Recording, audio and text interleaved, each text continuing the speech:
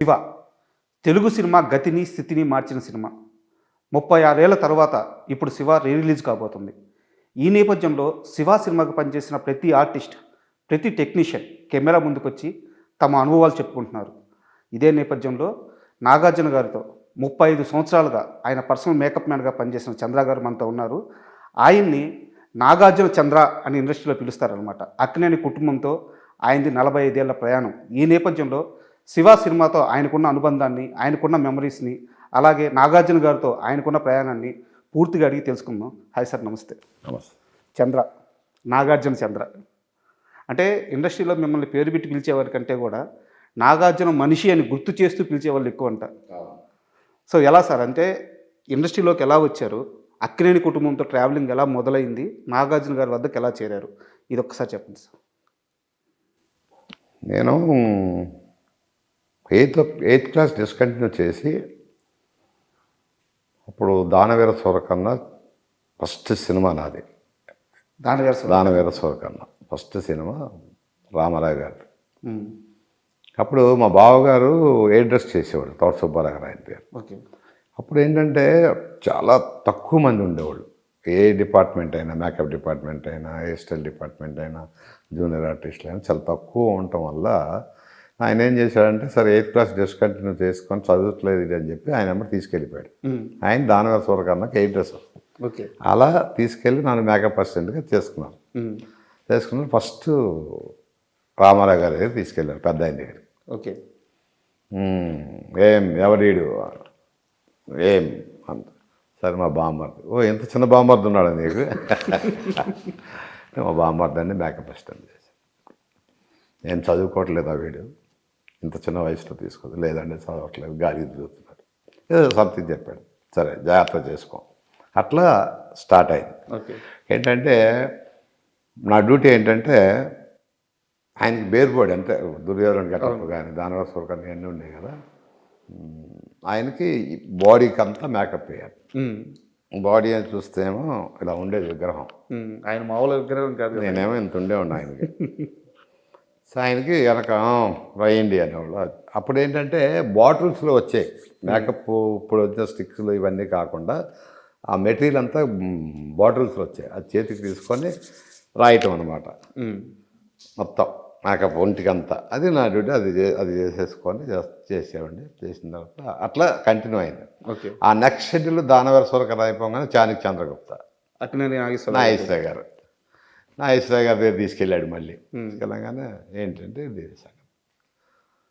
ఆయన చెప్పినది ఇప్పుడు కూడా నాకు గుర్తుండిపోయింది ఏంటంటే, చదువు లేదు, చదువు రాదు అని బాధపడే కంటే క్రమశిక్షణతో పనిచేస్తే విద్య ఆటోమేటిక్గా అదే వస్తుంది. నువ్వేం చేస్తావంటే, అంటే చాలా చిన్నపిల్లవాడు కదా, అప్పుడు నాకు వాళ్ళకి చెప్పాలనిపించిందేమో నా వయసుని బట్టి. లేకపోతే అదే ఏజ్ పెద్ద అయితే చెప్పేవాళ్ళు చెప్పకపోయేవాళ్ళు తెలియదు. కానీ అదే ఒక పని చేయరా నువ్వు, షూటింగ్ అంటే ఇంటికాంచి బయలుదేరి షూటింగ్కి వచ్చాయి, షూటింగ్ అయిపోగానే ఇంటికి వెళ్ళిపో, మధ్యలో ఎక్కడ కూడా ఆగద్దు, ఎవరు పిలిచినా వెళ్ళొద్దు, చాలా చిన్న వయసు కాబట్టి చెప్తున్నాను, ఇది మట్టికి నేర్చుకో అని ఒక పదం వేశాడు ఆయన. అదొక తారక మంత్రం అయిపోయింది అది. ఇప్పటికీ కూడా నేను షూటింగ్ అంటే ఇంటికాంచి బయలుదేరితే షూటింగ్ అయిపోగానే ఇంటికి వచ్చేస్తాను.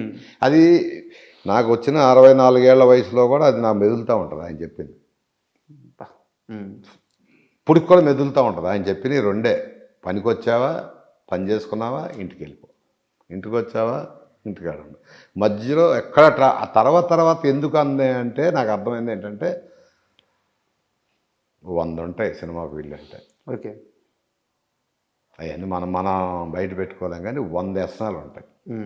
ఆ 100 వ్యసనాలకి తప్పించుకుంటాకి ఆయన చెప్పిన పెద్ద మాట అనమాట. ఆయన ఏమీ నాకు చదువు చెప్పుకోరా అది ఏం అనలేదు, కానీ బట్ చెప్పిన రెండే. ఇంటికి రా, పనికెళ్ళి ఇంటికి రా. ఒక్క మాట జీవితం పాఠం ఇప్పుడు వరకు జీవితాన్ని నిలబెట్టిన మాట. సూపర్. అది క్రమశిక్షణ అనేది ఆయనతోనే నేర్చుకున్నాను.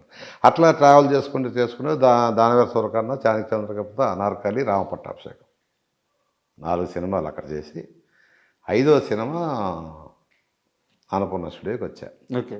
అంటే మళ్ళీ నాగార్జున గారి దగ్గరికి వెళ్ళి ఎలా ఎంటర్ అవును అయ్యాను అవును అక్కడి నుంచి రాజా రమేష్ అని ఒక సినిమా నాగేశ్వరరావు గారి హీరో. అలా ఆయనతో కంటిన్యూ చేసుకుంటూ ఏడంతస్తుల మేడ ఇవన్నీ చేసుకుంటూ అట్లా ట్రావెల్ అయ్యాను. ఇక అన్నపూర్ణ స్టూడియోకి వచ్చిన తర్వాత ఇక బయట ప్రపంచం అనేది తెలియదు మనకి. అన్నపూర్ణ స్టూడియోలో ఉండిపోయా ఓకే వాళ్ళ క్రమశిక్షణతో వాళ్ళతో ఇప్పుడు వరకు కూడా మళ్ళీ వేరే వెళ్ళి ఎవరికి మేకప్లు చేయలేదు, వేరే వెళ్ళి చేయలేదు. రిటైర్మెంట్ తీసుకుంటానన్నాను, రిటైర్మెంట్ తీసుకున్నాను, finish. This is my story. So Shiva సినిమాకి ఫస్ట్ టైం మీరు శివ సినిమా ఎలా వచ్చింది అంటే ఫస్ట్ రావు గారి ఇల్లు చేసాం మేము. ఓకే రావు గారి ఇల్లు చేస్తున్నాం. అది కూడా వెంకట్ గారిది అసెస్ క్రియేషను. అప్పుడు అసెస్ క్రియేషన్ అన్నపూర్ణ స్టూడియోస్ తరణి గారు డైరెక్టర్. అవును రావు గారి ఇల్లు సినిమా చేస్తున్నప్పుడు మాకు మెల్లిగా ఈ ఉత్తేజ్ స్టార్ట్ అయ్యాడు. ఫస్ట్ రావు గారి ఇంటికి ఉత్తేజ్ అసిస్టెంట్ డైరెక్టర్. ఆ తర్వాత రామ్ గోపాల్ వర్మ గారు. రాము ఏంటంటే కంటిన్యూటీలు చూసుకునేవాడు, ఓకే ఒక కళ్ళద్దం పెట్టుకొని. అయితే రాముకున్న ఒక అలవాటు ఏంటంటే ఏ వస్తువు ఎక్కడ పెట్టాడో అక్కడ మర్చిపోయి వెళ్ళిపోతూ ఉండేవాడు. అప్పటి నుంచి మతిమరుపు అన్నాలో మరి ఏమన్నాలో కానీ మరి వేరే ఆలోచించాడో తెలియదు కానీ బట్ ఏదన్నా చేతిలో బుక్ ఉందనుకో బుక్ ఒక దగ్గర పెట్టి వెళ్ళిపోయాడు అనమాట. అంటే అతని ఆలోచన విధానాలన్నీ వేరేగా ఉండేవి. అట్లా రామ్ గోపాలను పరిచయం మాకు. అలా ఇబ్బంది పడే క్షణాలు ఉన్నాయా అలా మర్చిపోవడం వల్ల? మర్చిపోవటం అంటే ఇక్కడ ఒక చిన్న ఇది ఉండేది. నాకున్న దీనికైతే వేరే అయితే మాట అనేసేవాళ్ళం. కానీ ఇక్కడ ఏంటంటే మా సౌండ్ ఇంజనీర్ రాజుగారు అబ్బాయి. ఓకే మాకు అన్నపూర్ణ స్టూడియోలో సౌండ్ ఇంజనీర్ గారు ఉండేవాళ్ళు కదా, ఆయన అబ్బాయి కదా. అతని మీద ప్రేమతో ఇతను బాగా చూసుకునేవాళ్ళం. వాస్తవాన్ని చెప్పాలంటే అది వేరే వాళ్ళు అనుకుంటే అది వేరేగా ఉండేది. అక్కడి నుంచి అలా అలా అలా పరిచయం అయిన తర్వాత రావు గారి ఇల్లు తర్వాత విజయ్ సినిమా చేసాం. విజయ్ సినిమా తర్వాత ఒకసారి అన్నపూర్ణ స్టూడియోలో వెంకట్ గారు పిలిచి శివ సినిమా చేస్తున్నాం, శివ చేద్దాం, మేకప్ టెస్టులు చేయాలి. సరే ఇక అక్కడి నుంచి అంటే అంతకుముందు స్టోరీ డిస్కషన్ ఇవన్నీ మనకు తెలియదు. మాకేంటంటే కథ అంతా అన్నీ అయిపోయిన తర్వాత సినిమా షూటింగ్కి వచ్చేటప్పటికే కదా మేము వచ్చేది. అక్కడి నుంచి మేకప్ టెస్టులు స్టార్ట్ అయినాయి.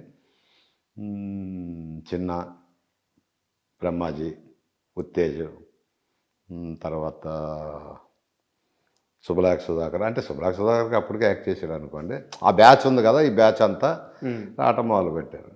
మేమేంటంటే అంతకుముందు సినిమాల్లో చూసేవాళ్ళం. అంటే యాక్ట్ చేసిన వాళ్ళకే మేకప్ లైట్ ఉండేది. వీళ్ళంతా కొత్త మొహాలు చూస్తే కొంతమంది రౌడీలాగా ఉన్నారు, కొంతమంది ఉన్నారు జీన్స్ అంటున్నాడు, ప్యాంట్ అంటున్నాడు. నాకేం అర్థమయ్యేది కాదు. కాస్ట్యూమ్స్ చూస్తేనే బట్టలు బాగానే ఉన్నాయిగా వచ్చాయనేవాడు.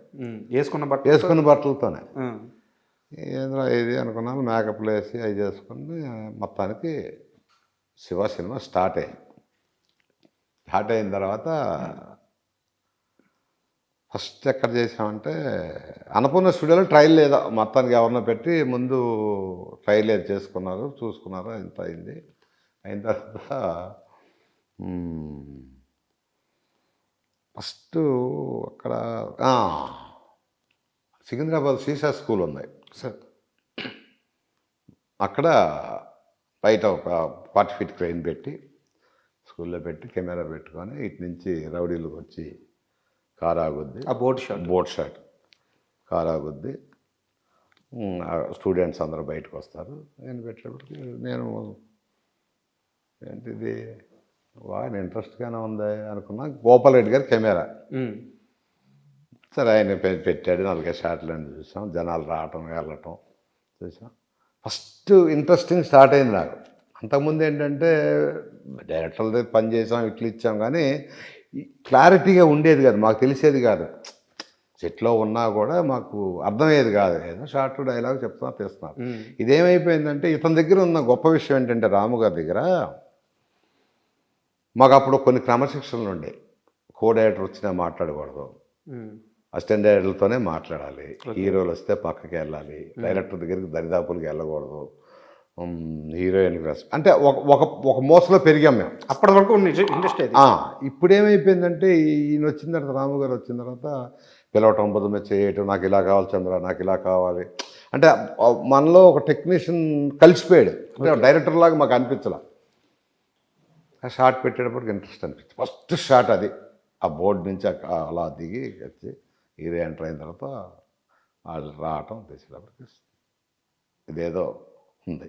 ఇది అక్కడి నుంచి ఆ సీసా స్కూల్లోనే అన్ని ఫైట్లు కానీ, జెయ్యి కానీ, సైకిల్ చైన్ తీయటం కానీ ఇదంతా అక్కడి నుంచి మాకు కొద్ది నమ్మకం అంటే డైరెక్ట్ అప్పుడు నమ్మటానికి మనం ఎవరం సినిమా కదా, అప్పుడు ఇతను డైరెక్టర్ కాదా అంటే ఈ రోజుల్లో అనుకుంటాం నమ్మకం ఉందా లేదా. అప్పుడు సినిమా చేస్తున్నాం అంతే, మాకు ఇంట్రెస్ట్ అనిపించింది.